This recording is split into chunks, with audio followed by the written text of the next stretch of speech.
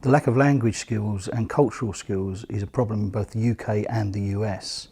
In a recent research study that we undertook, a third of senior executives in UK businesses that are looking to trade internationally expressed concern they couldn't recruit sufficient people with language and cultural skills to be able to achieve their business goals.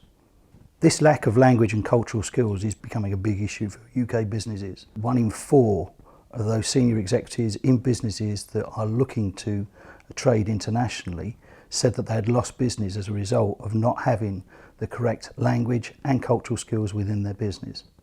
The biggest benefit that businesses see from linguistic and cultural human capital is being able to sell their goods and services worldwide, multicultural, multilingual markets domestically and abroad.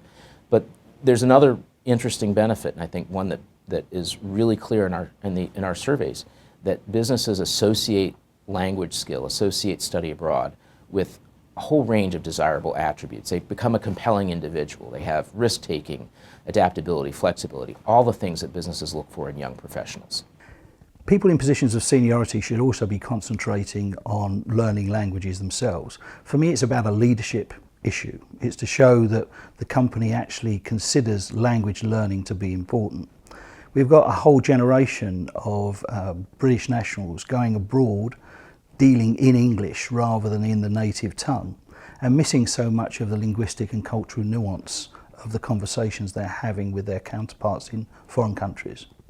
One of the most recent examples at the highest political level of a cultural faux pas, a linguistic faux pas, is when our then Secretary of State Hillary Clinton went to Russia and presented a button that she thought said reset, the reset in relationships between Russia and the US. But it actually in Russian said перегрузка, which means overloaded, like a circuit being overloaded. And you can take that as a metaphor maybe for the relations, and it might have been more accurate than we intended, but it isn't what we intended. So you have to be really careful and really professional in crafting those multilingual messages.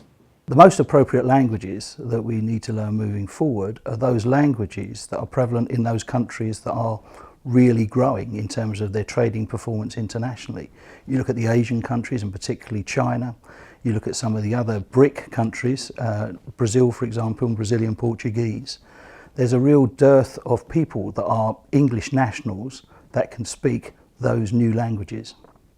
Our schools and our higher education system really need to focus on long sequences of instruction to get people up to professional levels of proficiency, to give heritage learners the further language development they need.